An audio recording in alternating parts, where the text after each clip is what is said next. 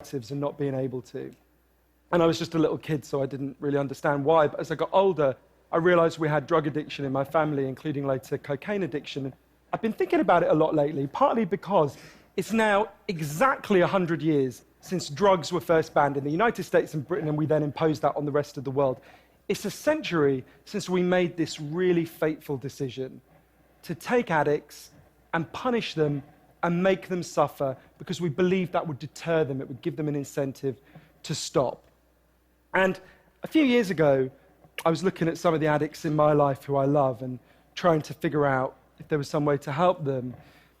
And I realized there were loads of incredibly basic questions I just didn't know the answer to. Like, what really causes addiction? Why do we carry on with this approach that doesn't seem to be working? And is there a better way out there that we could try instead? So I read loads of stuff about it, and I couldn't really find the answers I was looking for. So I thought, okay, I'll go and sit with different people around the world who've lived this and studied this and talk to them and see if I can learn from them. And I didn't realize I would end up going over 30,000 miles at the start, but I ended up going and meeting loads of different people, from a transgender crack dealer in Brownsville, Brooklyn, to a scientist who spends a lot of time feeding hallucinogens to mongooses to see if they like them. It turns out they do, but only in very specific circumstances. To the only country that's ever decriminalized all drugs, from cannabis to crack, Portugal. And the thing I realized that really blew my mind is almost everything we think we know about addiction is wrong.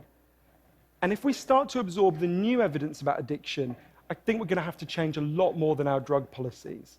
But let's start with what we think we know, what I thought I know, right? Let's think about this middle row here, right? Imagine all of you, for 20 days now, went off and used heroin 3 times a day. Some of you look a little bit more enthusiastic than others at this prospect. Don't worry, it's just a thought experiment. Imagine you did that, right? What would happen? Now, we have a story about what would happen that we've been told for a century. We think because there are chemical hooks in heroin, as you took it for a while, your body would become dependent on those hooks, you'd start to physically need them, and at the end of those 20 days, you'd all be heroin addicts, right? That's what I thought. First thing that alerted me to the fact something not right with this story is when it was explained to me, if I step out of this TED Talk today and I get hit by a car and I break my hip, I'll be taken to hospital and I'll be given loads of diamorphine. Diamorphine is heroin. It's actually much better heroin than you're ever going to buy on the streets, because the stuff you buy from a drug dealer is contaminated, actually very little of it is heroin, whereas the stuff you get from the doctor is medically pure. And you'll be given it for quite a long period of time. There are loads of people in this room who may not realize that you've taken quite a lot of heroin, right? And anyone watching this anywhere in the world, this is happening. And if what we believe about addiction is right, those people are exposed to all those chemical hooks. What should happen? They should become addicts. This has been studied really carefully. It doesn't happen. You will have noticed if your grandmother had a hip replacement, she didn't come out as a junkie. And when I learned this, it just seemed so weird to me, so contrary to everything I'd been told, everything I thought I knew. I just thought it couldn't be right. Until I went and met a man called Bruce Alexander, who's a professor of psychology in Vancouver, who carried out an incredible experiment that I think really helps us to understand this issue. Professor Alexander explained to me, the idea of addiction we've all got in our heads, that story, comes partly from a series of experiments that were done earlier in the 20th century. They're really simple experiments. You can do them tonight when you go home if you feel a little bit sadistic. You get a rat and you put it in a cage, and you give it 2 water bottles. One is just water, and the other is water laced with either heroin or cocaine. If you do that, the rat will almost always prefer the drugged water and almost always kill itself quite quickly. So there you go, right? That's how we think it works. In the 70s, Professor Alexander comes along and he looks at this experiment and he noticed something. He said, we're putting the rat in an empty cage. It's got nothing to do except use these drugs. Let's try something a bit different. So Professor Alexander built a cage that he called Rat Park, which is basically heaven for rats, right? They've got loads of cheese, they've got loads of colored balls, they've got loads of tunnels. Crucially, they've got loads of friends, they can have loads of sex, and they've got both the water bottles, the normal water and the drugged water. But here's the fascinating thing. In Rat Park, they don't like the drugged water. They almost never use it. None of them ever use it compulsively. None of them ever overdose. You go from almost 100% overdose when they're isolated to 0% overdose when they have happy and connected lives. Now, when he first saw this, Professor Alexander thought, maybe this is just a thing about rats. They're quite different to us. Maybe not as different as we'd like, but But fortunately, there was a human experiment into the exact same principle happening at the exact same time. It was called the Vietnam War. In Vietnam, 20% of all American troops were using loads of heroin. And if you look at the news reports from the time, they were really worried because they thought, my God, we're going to have hundreds of thousands of junkies on the streets of the United States when the war ends.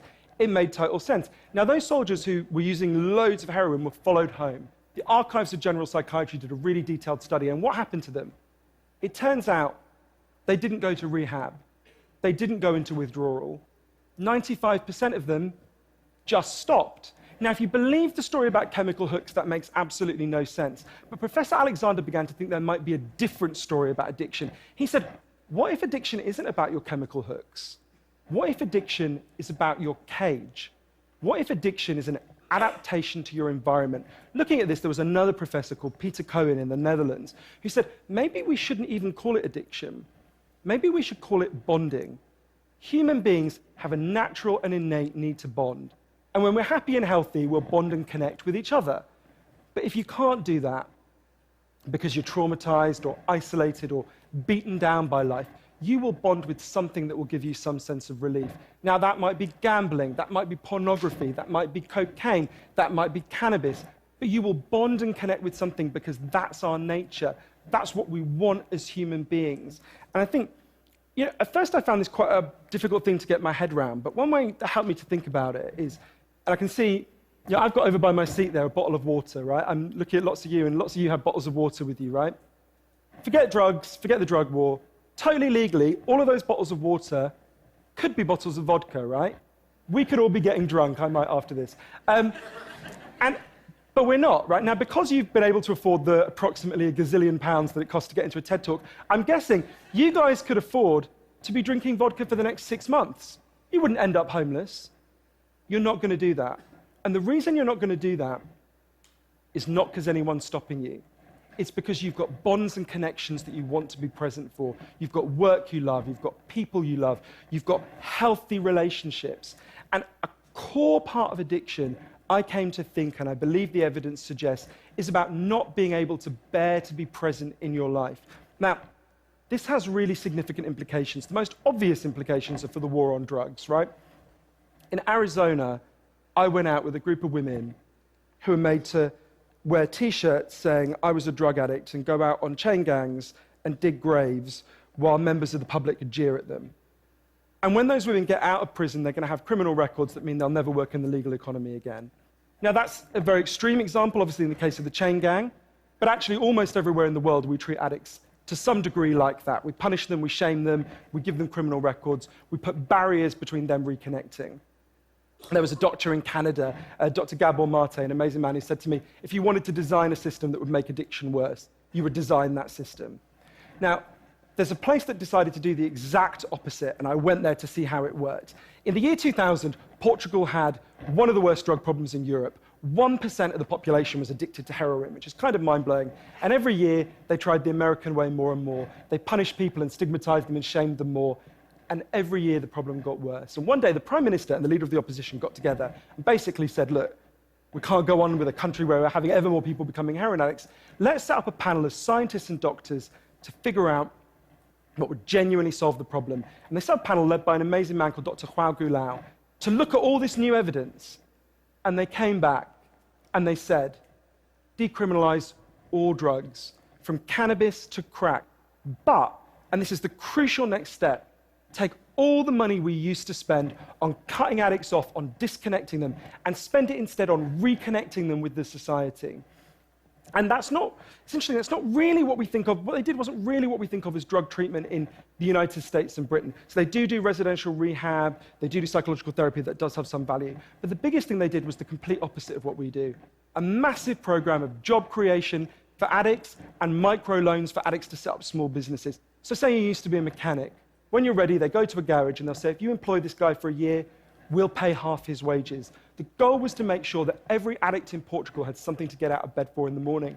And when I went and met the addicts in Portugal, it's fascinating. What they said is, as they rediscovered purpose, they rediscovered bonds and relationships with the wider society. It'll be 15 years this year since that experiment began, and the results are in. Injecting drug use is down in Portugal, according to the British Journal of Criminology, by 50%, 50%. Overdose is massively down, HIV is massively down among addicts. Addiction in every study is significantly down. One of the ways you know it's worked so well is that almost nobody in Portugal wants to go back to the old system.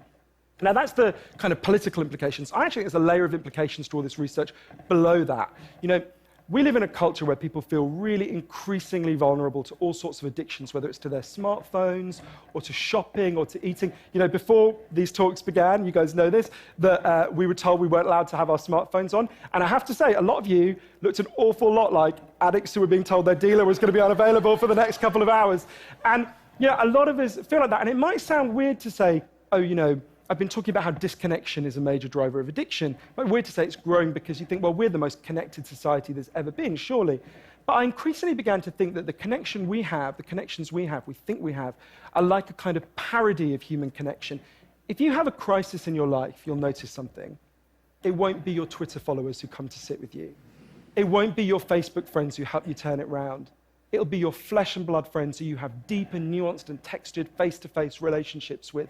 And I think there's a study I learned about from Bill McKibben, the environmental writer, I think tells us a lot about this.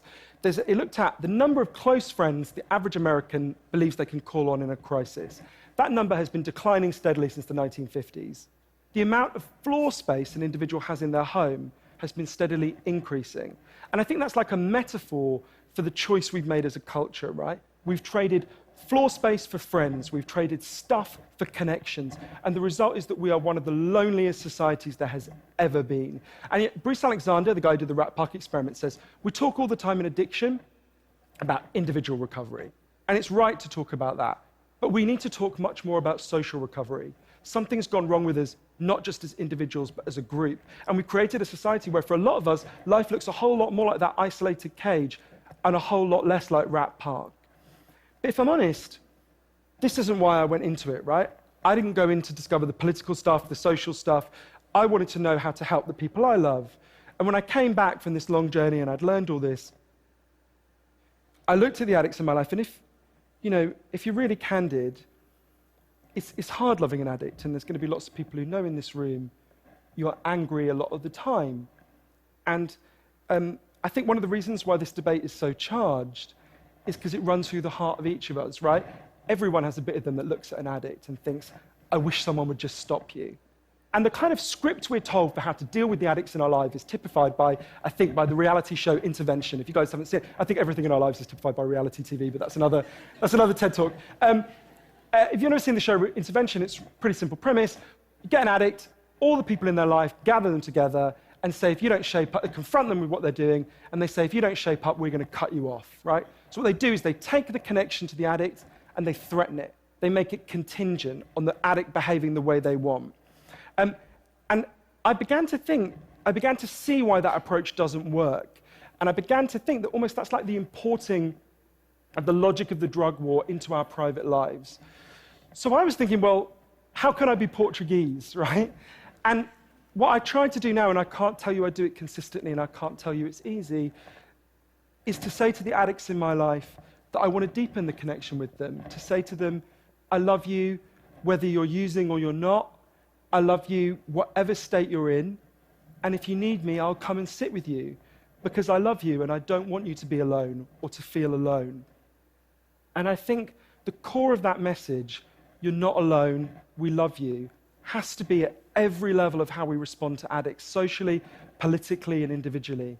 For 100 years now, we've been singing war songs about addicts. I think all along we should have been singing love songs to them, because the opposite